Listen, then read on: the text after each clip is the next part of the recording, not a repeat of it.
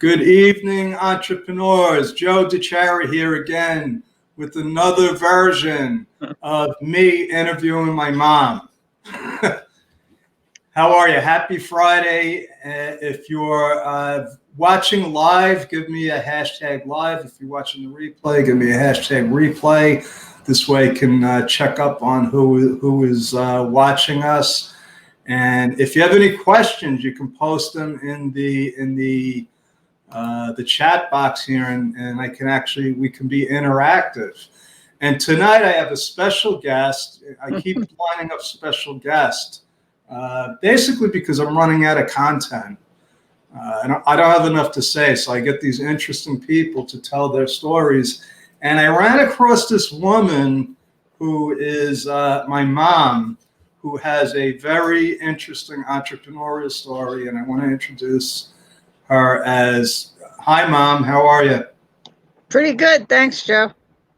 Thank you I know you're a busy woman, and I know you had to clear out your schedule to visit us tonight, but I think this is important that people see what you've done, and I was actually thinking about this. You've been doing this your whole life.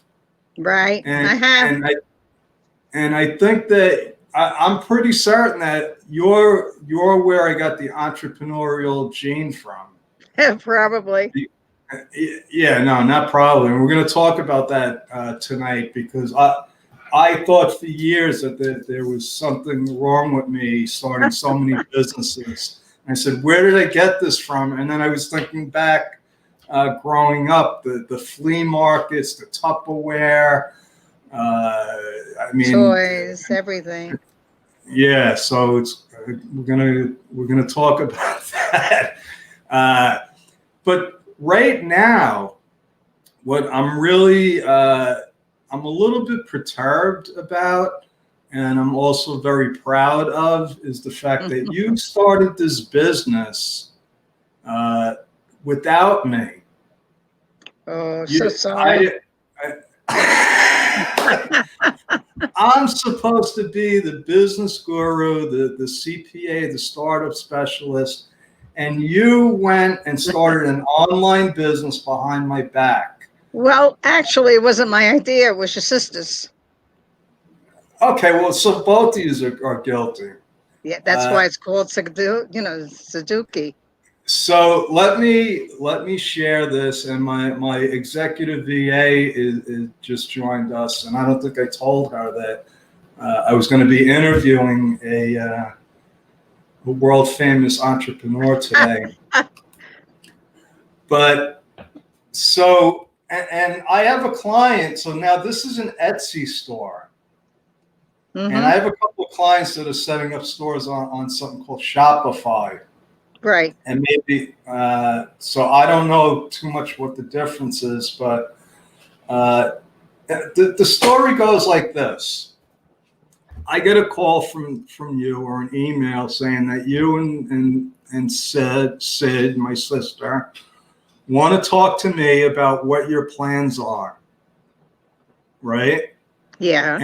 And so I said, okay, so, you want to start this online store. Okay. Anything you need from me, all you got to do is call me. I'm here for any kind of advice, setup, technical, maybe you got a problem with sales tax. I don't know.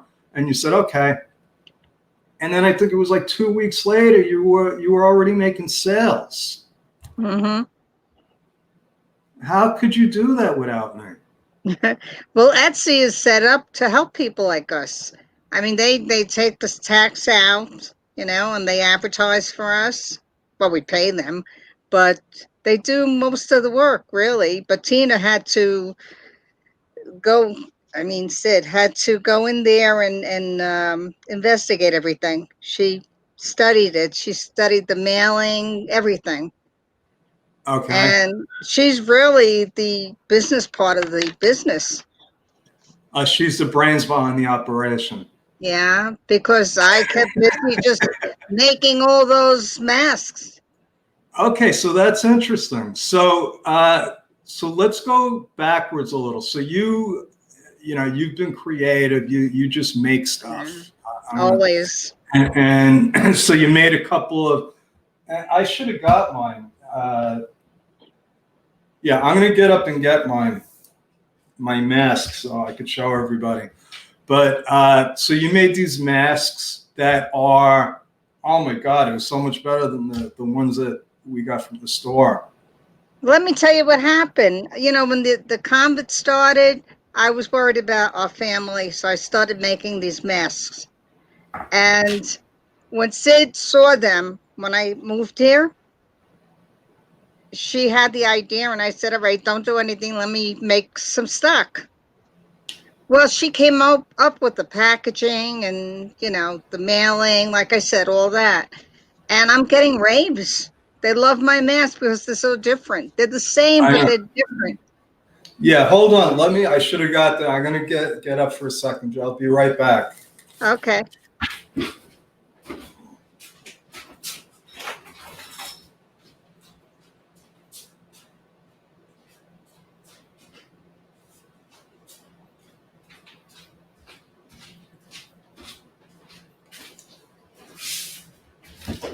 Okay. Okay. So I'm just going to go solo here. Oh, okay.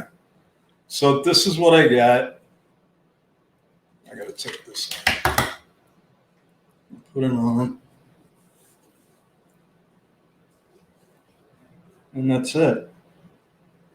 And if you take it off, you can hang it down your neck. I'm sorry, what'd you say? If you untie it, it can just hang on your neck. It won't come off. Oh, yeah.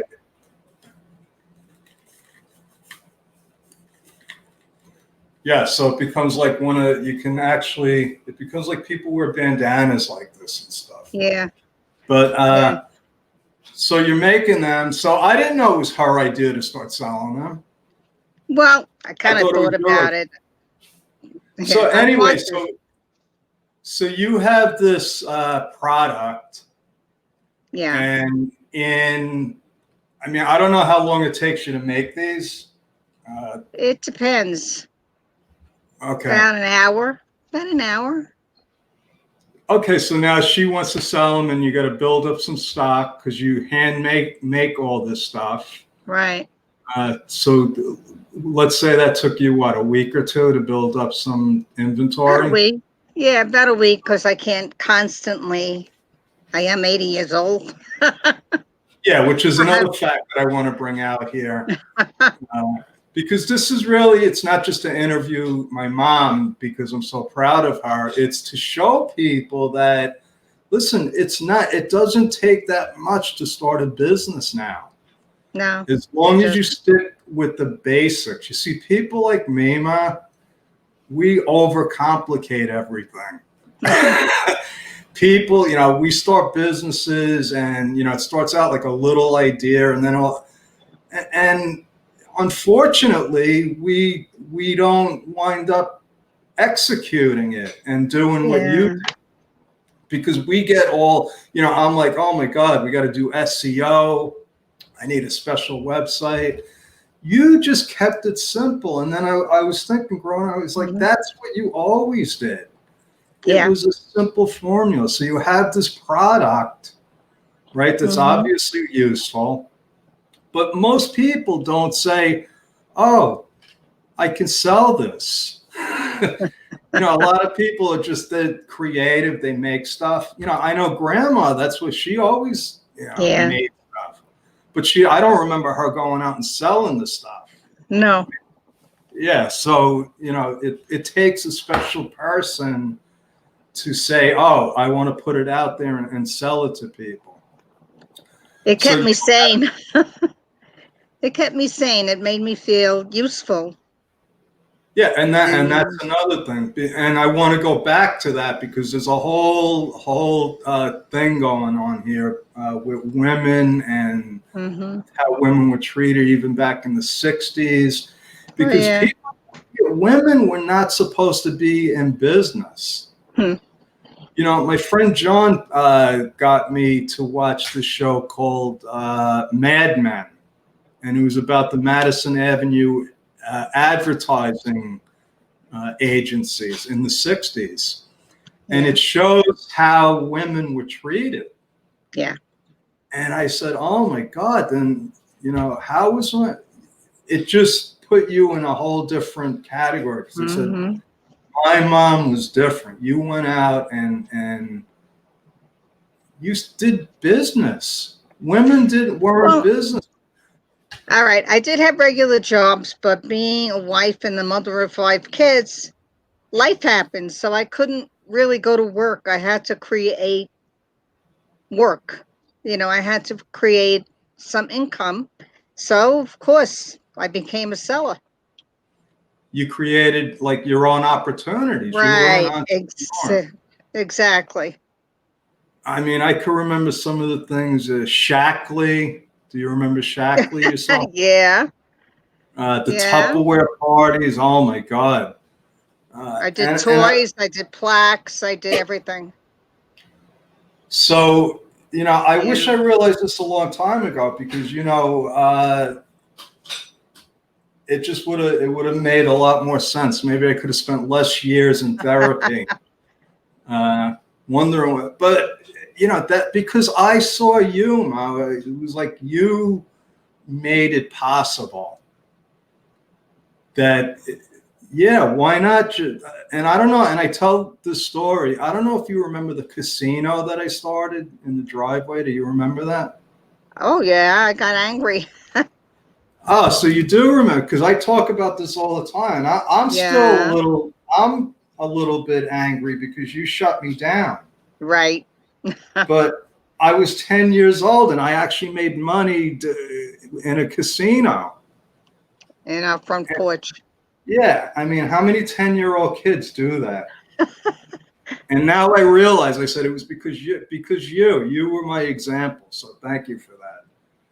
You're welcome. So so getting back to what you just created, because that's really what Okay. I want to talk about. You did it in a couple of weeks, Mm-hmm. right? Literally. You went Mm-hmm. from, hey, we could sell this, to you were generating money. You're actually getting, not only are you making money, how can I put this up here again? I mean, you're getting reviews. Yeah. Pretty good ones. Yeah, and Sid is a good model. You're getting Yeah. all 5-star reviews, and this is just up there like a couple of weeks. Yeah. And so I have clients, I have friends that start businesses, and it takes them years to get to somebody to buy something. So I think like what you did, you came up with the product. There was a need. I mean, Mm-hmm. and you did all the right things, all the marketing. I mean, and you did it so quickly. And I'm going to use this, like how you did it, as an example to show my people. It doesn't have to be that complicated. Right. And all you need are a couple of things. You need a product, you need a customer, and you need an offer. That's it. You have the mask, you have the customers, obviously, and you have the offer. The offer is how much of these things? They're $13. $13 each. And Yes. so now, I'm not going to tell you what to do because you actually already know, but we have things coming up like Christmas and, I'm oh my making God. Christmas masks. Oh, you are. So Yeah. my executive VA, Elizabeth, I thought I put the link up here. Let me put the link up. It's called, and now, so I'm going to give you a little tip here that my friend told me yesterday, John, because so you have to go to this Etsy site to go to find your store. Mm-hmm. But I think you could get, like, if you use, so I like it, the name of your store is Sudoku, because your Cookie and Sid is my sister. Mm-hmm. Sudoku. It's a good name. If you get that URL, you could probably point it to the store. But that's what I do. I make it more complicated. So if you listen to me, you'll probably not be. Yeah, don't listen to me. So Elizabeth, I'm trying to post this, but for some reason it won't go up there. It's etsy.com/shop/Sudoku, SYDOOKI. E. And KE.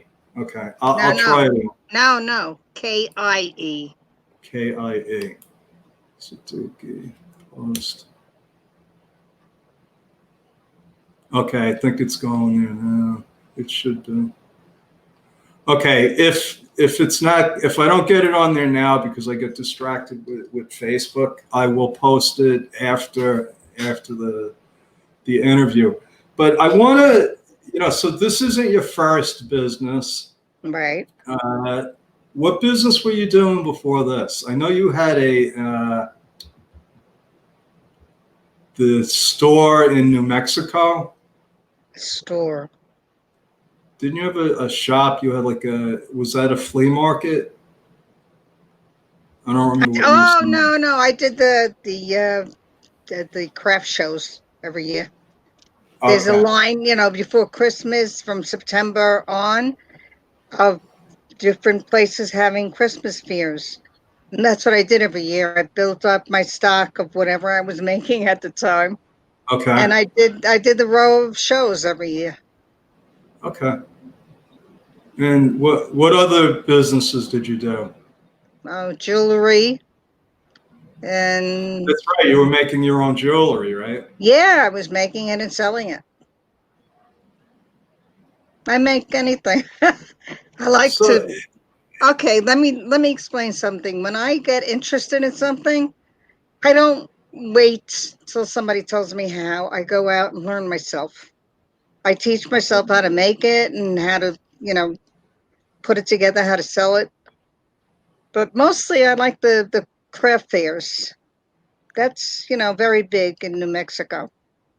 right. So, but you're just doing it as really like a hobby, though, right? Yeah, but it keeps me happy. Yeah, and that's important, Uh-huh. and that's because people go into business. It's not, when I started my casino, it was all, my plan was to be a billionaire, to make all kinds of money so I could save the world. Mm-hmm. Now, what people do is they just start businesses just as side gigs, just to make a little bit of extra money. Mm-hmm. But it's frustrating for them because they put a lot of time and effort, and people put their heart and soul into it, and they don't get the results. And I'm thinking, I said, but everything you ever did, what's the formula? That's what I want to know. That's what you have to share with us. What is the Okay. simple formula because you did it 100 different times with different products, different services? You have to have How faith. You have to have faith and you have to like people. You have to come across as being a good person to those people that they can talk to you. It's very important to sell yourself if you're going to sell your product. really? Mm-hmm. But they didn't teach me that in college. No, but it's true. In business, you have to sell yourself so people trust your product. Okay. So how do you do that with the mask? With the mask, How well, do you do that with one, jewelry? okay, well, you show that it's good, that it's worth what you're selling it for. When Tina took all the pictures, okay, when Sid took all the pictures, she showed what's in it. there's 3 layers, not just 2 of cotton. The 3rd layer is pure cotton batting, and I quilted them. That's what made them different. So Okay. they're a lot healthier than the regular masks they buy. So she showed what was different about them. And of course, the way I put the tie on it is different. So it's a healthier one. It's a safer and easier one because when you tie it on, there's no openings around your face. Right. Okay. There's no outside air coming in, but you can breathe freely. I think basically, you answered my question because you weren't, you made these for the family first. Mm-hmm. You were doing it with love and caring, and that's what you're selling. Right. Because Exactly. it wasn't, and this is why I screw it up, because I put all the business stuff behind it. Like, no, you're just doing it for the pure, listen, this is good. You're not doing it to make $1 million. Exactly. I'd like But to. I can definitely tell you ways that you can do that now. But you're gonna have to make me some sort of partner. No. But this is great, right? And it's not just because it's you. You know that I love you, Mm-hmm. and I appreciate. But some of the things that you've done for me and my business, and I just want to point this out because it seems like it's the theme now with everything, is that you just made everything simple. Yeah. You helped me make I mean, between some of the crazy people that I've dealt with, Mm-hmm. but even thinking when we first started the remote bookkeeping thing, do you remember that? You Mm-hmm. told me I was crazy, and I said, I'll teach you how to do a bank rec. And so what you did, and I tell people this all the time, was instead of waiting till the end of the month, you went online and you started reconciling everybody's accounts Weekly. weekly. And do you remember you called me? You told me Wilson was going to bounce a check unless you got money in the account. Yeah. And I said, how did you know that?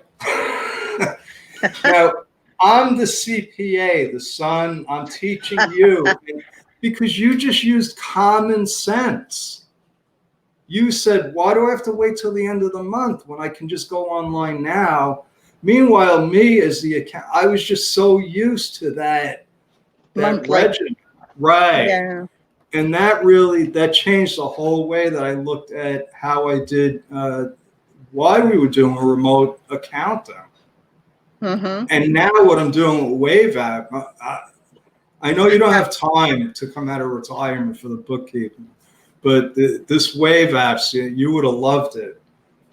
Well, I'm doing it for my own accounts, and I do like it. Yeah. Well, now you're going to need it for your own business. So. Yeah. Yeah. So anyway, so I think that's the lesson. Keep it simple. Do it with Mm-hmm. love. It doesn't have to be about the money, but what I've seen so many times is when people do stuff just because they love doing it, they wind up making a lot of money sometimes. You have to read some of those reviews. They're raving about the stitching. They're raving about, they gave it to the mother. She loved it. It means so much to me when I hear those things, because they are made with love, with caring. Yeah, and that's important. And like Mm-hmm. Elizabeth says, she's like, you're spreading the positive vibrations. And this is for my clients, the people that follow me, the people that are in the masterminds, because it gets frustrating.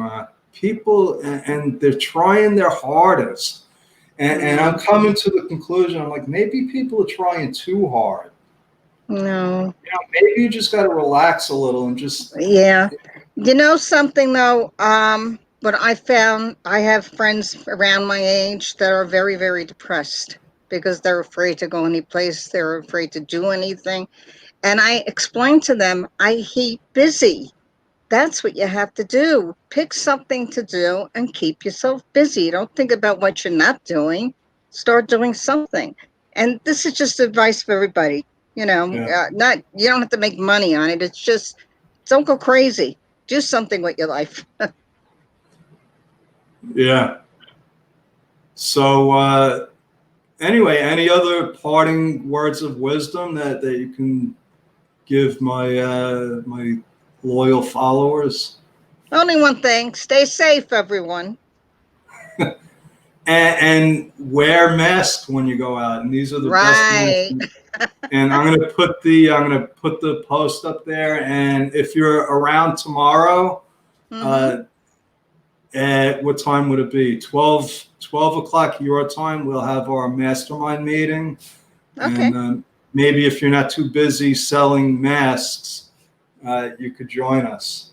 That'll be 10 o'clock my time, No, probably. 12 o'clock your time. It's 2 o'clock my time. Oh, okay. Yeah, 2 o'clock that's Eastern Standard Time. okay. All right, just let me know. Send me a link. All right. And go to etsy.com/shop/Sudoku. SYDOO. KIE. KIE. KIE. It's like cookie, only with the Sid in front. All right, Ma, that's our story. Over and out. God bless. I love you, Ma. And Mastermind with Love you Joe DiChara tomorrow, 2 p.m. Eastern Time. Thank you, everyone. Bye.